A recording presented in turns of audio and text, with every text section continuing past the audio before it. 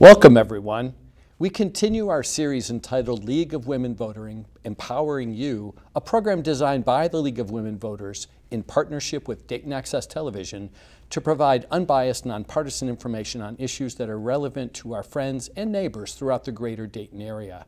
My name is David Bodary. I am a member of the League of Women Voters, and tonight I'll be your host as we discuss the topic Empowering You, Voting and Vote Security. Our guest is Russ Joseph. He is Deputy Director of the Montgomery County Board of Elections. Welcome, Russ. I'm glad to be with you. Thank you, David. Appreciate the invitation. So help us to understand a little bit about what goes on at the Board of Elections and sort of what's your role, and then we'll roll into sort of how you can help us to understand voting and vote security. Great, thank you. Yeah, so the Board of Elections, we run elections for Montgomery County specifically. I'm the Deputy Director. The way that we're set up is the two major parties both kind of share power of the organization for both accountability purposes. And so I'm the Deputy Director. I'm the Democrat. Jeff Rosenbeck is the Director. He's the Republican. We share staffs, and you know, it works really well. We work well together. We make sure that we put on safe and fair elections for the residents of Montgomery County. But we are gearing up for the presidential election this year. It's my first one inside of the office. I've been there about a year and a half now, so a lot of excitement going on. People are definitely excited about this election, and we look forward to putting on you know, another successful one here locally. I appreciate that very much. Well, welcome in that sense, but more importantly, thank you for the work that you're doing. Absolutely. We hear sometimes about vote security or voter fraud or claims about voter fraud. Help me to understand how this process works in Ohio and what's being done to ensure that we do have a safe and fair election. You know, there's things about voter fraud. It's frustrating a lot of times, and I think sometimes people hear a story from another state or a piece of a story and it gets misconstrued and try to apply it here in Ohio, which we have different rules and different regulations. And I think that if you talk to anyone involved in elections in Ohio, we're very proud of our operations. We do have bipartisan operation that I talked about earlier. You know, we have eyes and ears from both parties involved and everything. We make sure that everything is secure and safe. And that goes through our whole process. We have bipartisan folks involved in anything related to ballots. Anytime there's a live ballot out, whether we're handling mail or even on election day in the polls. But you know, we offer very safe elections in Ohio. All of our equipment is validated and approved by the Secretary of State. They put it through a process to make sure that everything is safe and secure.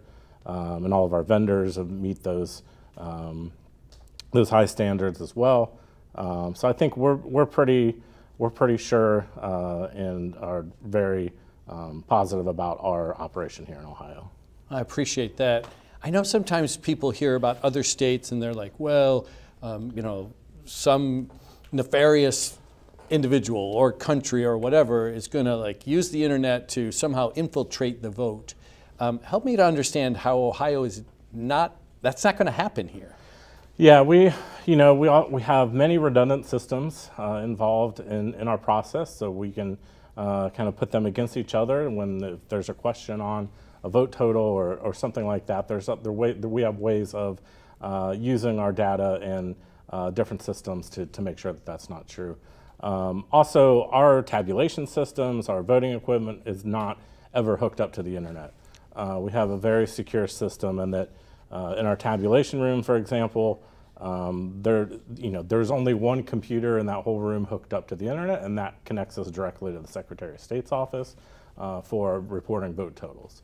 Other than that, the whole tabulation system never ever touches the internet, and we watch that closely to make sure not even USB drives or the thumb drives or anything like that that would ever touch the outside world hits that equipment. Right. I appreciate that. And I mean, even the transportation of a USB drive that might hold data from one of the polling locations, there's rules about how that's handled. Yes, that's correct. And always at the end of the night on election day, when we're shutting down the polls, we have our bipartisan poll workers out there. They must come in a team, both a Republican and a Democrat together with that USB thumb drive, and they bring that back to be tabulated, but it always must be in possession of 2 people representing both parties from all the way through before election day, through election day, and even into the night, in our team, bringing it down to our team who are doing the tabulation. Anything else you think citizens need to understand with respect to voter security or vote security or fraud of any kind? I think, we talked about some of the security that we go through. Another issue that gets raised sometimes are ballot boxes. We have, in Ohio, we are limited to 1 ballot box per county. Many states have multi, boxes all over the county. Our Secretary of State has limited us to 1. It is at outside of our county building, Montgomery County. It's on I'm kind of behind the building, but it is under video surveillance 24/7. It's lit up well. It's a very secure environment. Unfortunately, we hear a lot of concern aimed at those at ballot boxes in general. But like I said, we have ours under surveillance. We watch the cameras all the time, and we make sure that it's a safe way for people to vote. Right. And in Montgomery County, that location, right, is off of 3rd Street. Yep. Right across from my employer, Sinclair, right. but at the county building, which is easy to identify because it's the largest building in that vicinity, real close to I-75. In fact, if I remember right, there's a service drive that goes sort of next to the building that I just got off of. And you can see where that not ballot box, what would you call that? That's the drop box. The drop box is located. You're saying it's under camera surveillance as well? Yeah, multiple cameras are on that, so we can make sure that that's a secure location. It is easy to get to. And what we have as we get underway with early voting, we'll have a lot of signage up around directing people to it, as well as the parking to come into the building as well.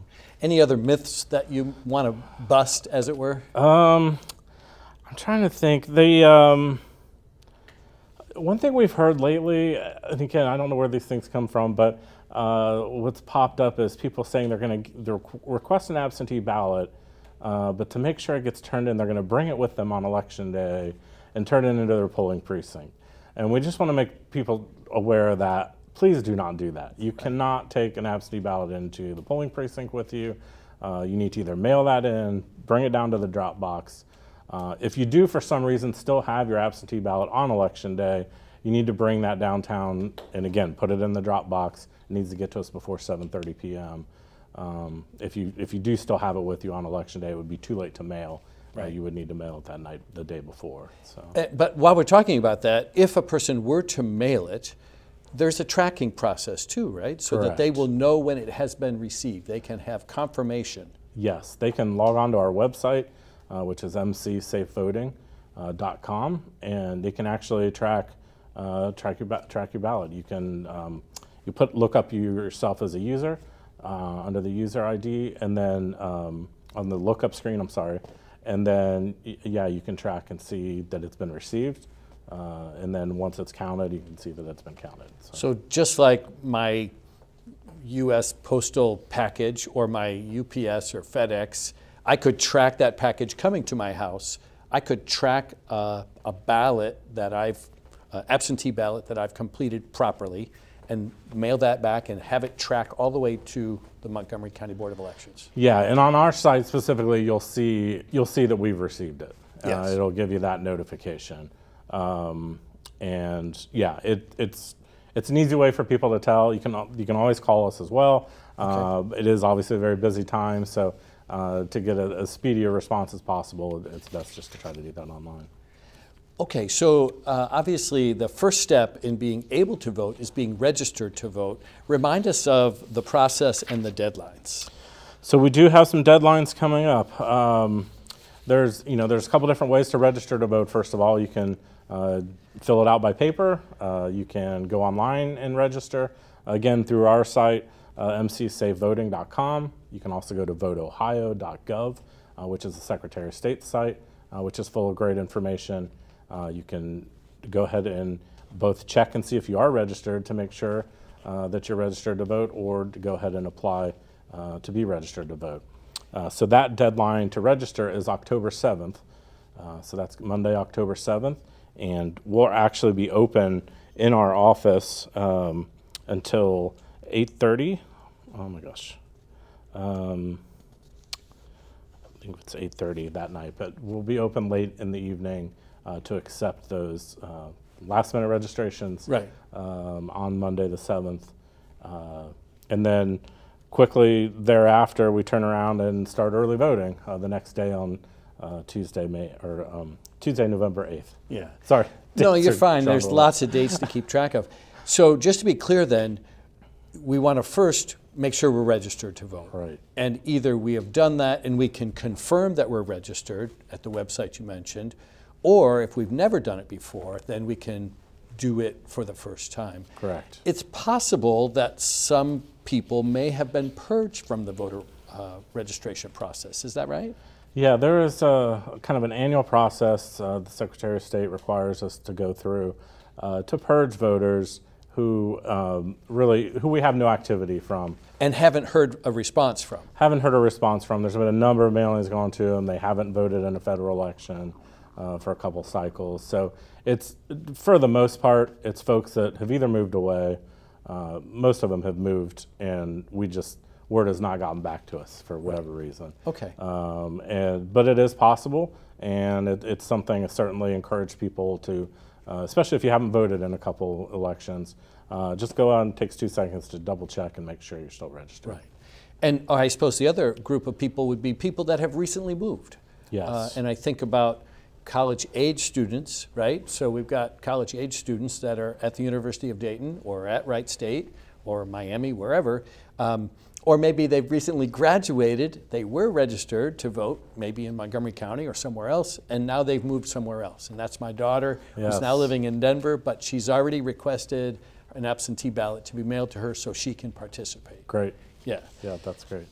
So all right, we're registered, we've confirmed our registration, we know where our polling location will be, but then we have to think about, all right, well, how do I want to vote this year? And there are a number of options for us. Yes.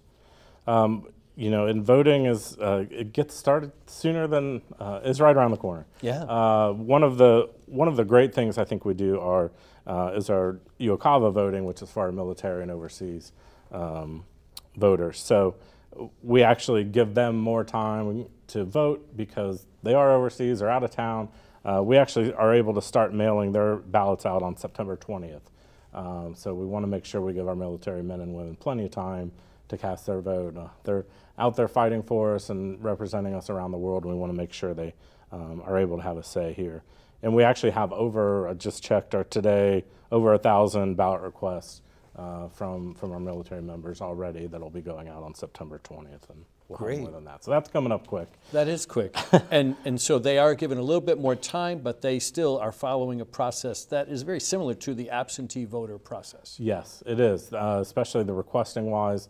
They're given a little more flexibility. They are actually able to do it by email as far as requesting a ballot. Okay. And then if they are in a location that they're not able to mail back a ballot, they can send that in as well by email, and then we're able to remake a ballot locally here when we receive that. So we try to do everything we can to make sure that they're able to cast a ballot. Well, that's fantastic. Yeah. So then let's move on to think about a person who simply wants to vote absentee. Tell me about that process. So those are well underway as well. Folks have been sending in their absentee ballot requests for months, actually.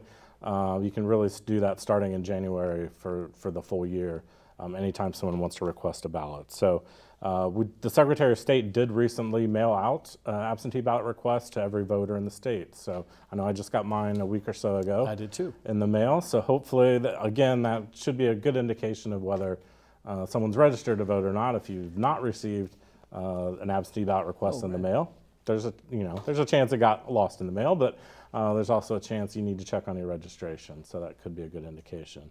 If you did not receive one and you're still wanting to vote by absentee ballot, again, you can go to our website, mcsafevoting.com, and download a request to vote, a request for an absentee ballot, and send that in to us. You can also give us a call at 937-225-5656, and we can put one in the mail for you as well. But you do need to make that request in order to receive the absentee ballot. Right, and that request comes from the voter. Yes, comes from the voter, and you've got a little more time on those right now, but the deadline is Tuesday, October 29th by 8:30 p.m. And that request has to be in our office by 8:30 on Tuesday in order to give us enough time to get you a ballot before the election. Okay, good. Of course, we can also vote in person, both early and on election day. So let's talk about some of that. And I know that early voting, there's some, sort of different dates and times. So yes. Don't rush yourself. And I'm sure we can go to the website to find this information as well. I was, so I was preparing today. There are lots of dates and times, and it changes quite a bit. Early voting is an exciting period. I think for any of us that work in the elections, it's busy, but people love to come down and vote, especially those that are able to come down and vote in person. And it's easy to get caught up in that excitement. And I really encourage anyone to come down and early vote, regardless of what county you live in. All the times are the same throughout the state of Ohio. Again, if you go to our homepage, you can see the full list of voting times and dates, but it does start October 8th as our first day for early voting. It's also the first day that absentee ballots will be mailed out, so that is a busy day for sure. But yeah, because it's a presidential year, we'll actually have 2 full weekends of early voting this year, so both Saturdays and Sunday, the 2 weekends prior to the election.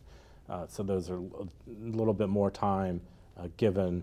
But yeah, there's lots of time to come down and vote in person early or by absentee. You've got plenty of opportunities to make your voice heard. Absolutely. And so if you're coming to Montgomery County Board of Elections, then people could swing around and park in the parking structure. And then, if I remember right, you follow the steps. Yes, so it's free parking in the garage. So for anybody that's coming down to vote, if you park in the garage, you'll actually, we'll have lines on the ground that you follow to get in, and it'll take you around. You'll go down a couple escalators into our voting center. But yeah, it's a great opportunity. I think people really enjoy their experience. I know that our workers love working it because people are so excited to be there and part of the process. Right. And if a person is wheelchair bound, there's an elevator that they can use to get down to the Board of Elections space that involves voting. Yes, and and we also have curbside voting there as well. So if you're not able to get out of the car, we have some special parking spots that you can pull into. Give us a call. There'll be some signage there. They can give us a call, and we'll come out and vote the voters in their cars as well. Certainly would love it if you can come in and see us, but we understand if you can't, and we want to make sure you still have an opportunity to vote as well. That's excellent. Okay, that's great. And of course, then that brings us to the general election itself. Yes. So if you haven't taken an opportunity to vote early, you got one more chance. On Election Day, which is Tuesday, November 5th, the polls are open from 6:30 a.m. to 7:30 p.m. Again, that's been the same for some time. And, come out and vote. You can find out, again, you can do a voter lookup on our website to find out where you're registered to vote at if you're not sure. We will have a few precinct location changes, not very many, this election from previous. If your polling location is changing, you'll be receiving a postcard. And those usually are 10 days to 2 weeks before the election. You'll get that in the mail. But again, if you're not sure, you can always go online and check or give us a call.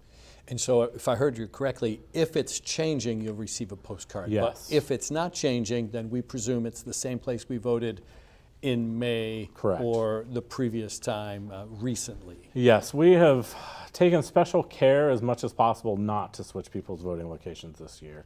We've tried, if all possible, to keep them the same, trying to cause as little confusion as possible for people on such a big year like this. There are sometimes unavoidable changes that need to be made when we have over 140 different locations. There's construction and other things going sure. on that we need to change, but we do try to keep that to a minimum, especially this year. Okay, and the location that I often vote, I know is under construction now. Okay. I don't know whether that means it's going to be available in November. We got a lot of time between now and then. So I will keep an eye out for that postcard in the event that it's different than where I was expecting. Yes. So certainly we can anticipate that. As we go to vote in person, what documentation should I be thinking about, if any, that I need to take with me? Yeah, that's a really good question. And this is something that has changed for, some of our voters just come out on presidential years. Our voter ID laws have changed since the last time they would have voted. So anyone voting in Ohio needs to have now a valid state or federal ID. So that's a driver's license. It can be a U.S. passport. It can be a U.S. veteran's ID. But it needs to have a picture and your information on it. So those rules have changed somewhat over the last couple of years. Those that are regular voters that vote every time have been used to it these last couple of elections. But you do need to have a valid license with you. So we do encourage everyone, pull out your driver's license right now, make sure it is not going to expire before Election Day, and make sure you take care of that before you come in to vote.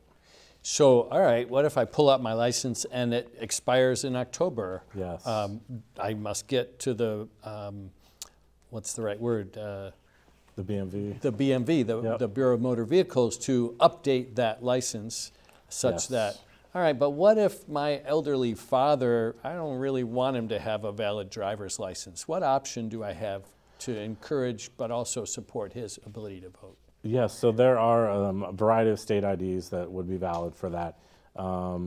When this legislation occurred a couple years ago, part of it was that a person could go and get a free state-issued ID.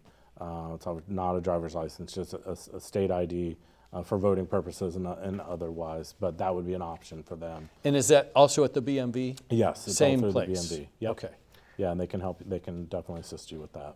Okay, and here in Montgomery County, one of those locations, but there are many, one of those locations is here in the county building. Yes. Right in the very building that you're working in, except you're downstairs, Yeah, we're downstairs. and they're upstairs. Yeah, that's a great point, and another benefit of early voting, because again, if you do know that your license expired, you can stop in on the first floor, get your license renewed, and then come downstairs. Absolutely, in one trip. In one trip, and you are able to use the temporary paper ID that they give you at the BMV. You don't have to wait until you get the official card in the mail. So we are able to accept that temporary ID.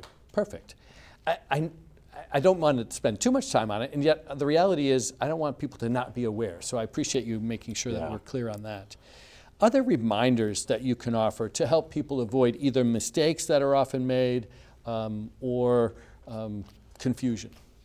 I think one of the big things is just take your time.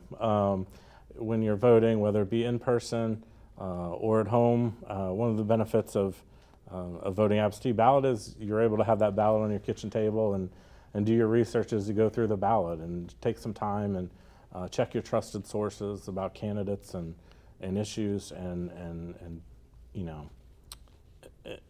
another item is if you do make a mistake on your ballot, that's okay.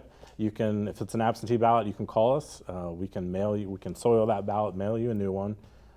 If you're in person using one of our digital booths or a paper ballot, there's plenty of people there to help you through that process. What we don't want people to do is just kind of X through it or make another mark on the ballot that may not end up counting. Right. So don't, there's nothing wrong with just taking a deep breath and asking for some help through that process. I appreciate that very much. And for some voters, it's the first time. Yes. The first time they participated in a presidential election.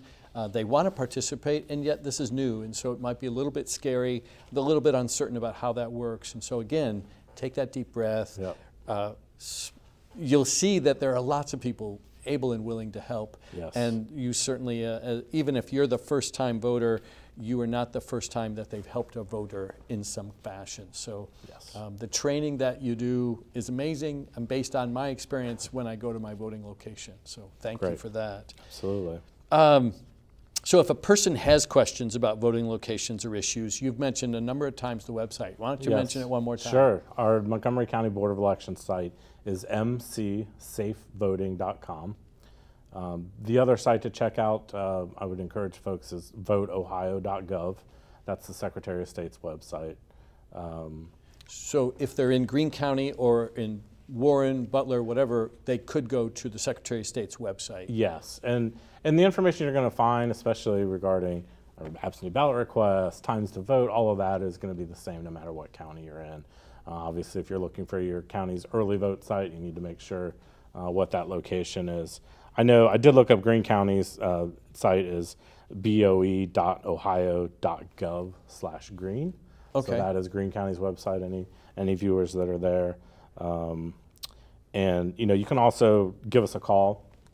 We get lots of phone calls, and we love talking with people. Again, it's a very busy time. We try to get to people as quickly as we can, but our phone number is 937-225-5656, and we're certainly willing to answer any questions that we can that way. Absolutely. Well, what have I forgotten to ask? I think we've covered a lot of things. I think I really would just like to give kind of a special shout out to our poll workers. We count on thousands of volunteers to help us just in Montgomery County put on an election day, especially this presidential. And they put in a lot of time in training before election day. They show up for a very long day election day and help thousands of people vote. And we just couldn't do it without them. I think most of them find it a very fulfilling experience. And we just really appreciate all the help that they give us. If anyone is interested in helping out as a poll worker, we are always looking for people to help us as well. And again, you can give us a call at 937-225-5656. But we just, we love our poll workers. So. Perfect. Well, shout out to the poll workers. Thank you very much for the hard work that you'll be doing here in the coming weeks and just about a month. We live in a democracy. Sometimes it's a messy, challenging democracy, at times even polarizing. Yet our democracy requires that we be engaged and active, not passive bystanders. It starts by becoming registered to vote. We've talked about how to do that, but then it continues as we educate ourselves to vote and then relies on our active participation in the elections. There is substantial work that still needs to be done as we continue the active work of creating a more perfect union. I appreciate your efforts to make it better. Russ, I appreciate the time that you took today to help us to understand. I'm sure people have some thoughts or some questions. I encourage them to call the number that Jeff has shared with us. And of course, if there's anything else that the League of Women Voters can do, you can always contact us as well.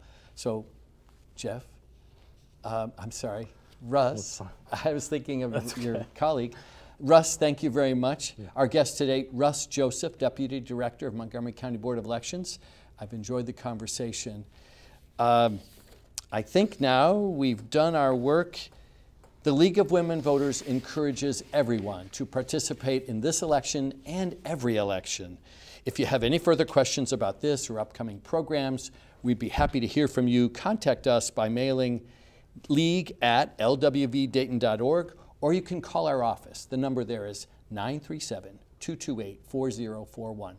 Thank you for sharing your time with us, and be well.